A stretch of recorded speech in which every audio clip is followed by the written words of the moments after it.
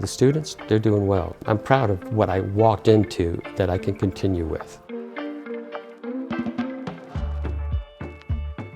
We want them to be able to go out there and have jobs.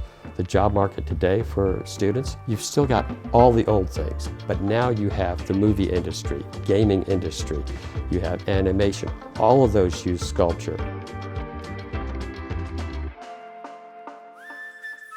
I first fell in love with art when I was about 9 years old. I went to the New York World's Fair, and at the Italian Pavilion, they had Michelangelo's Florentine Pieta. It was just breathtaking to see. And that's the very first work of art I'd ever seen in my life, and I was just in love with it from then on.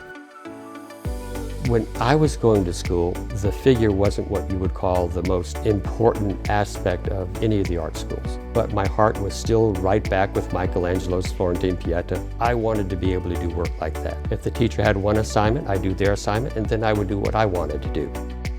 Coming here to teach at this school, and I looked around at some of the student work that you see here in the office, and you go, oh my God, I better really step up my act to keep up with the students.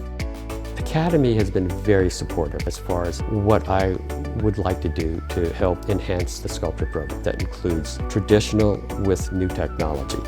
How can we get ZBrush into the sculpture program? How can we get 3D scanner? How can we get a 3D printer into the program? We finally got all of that.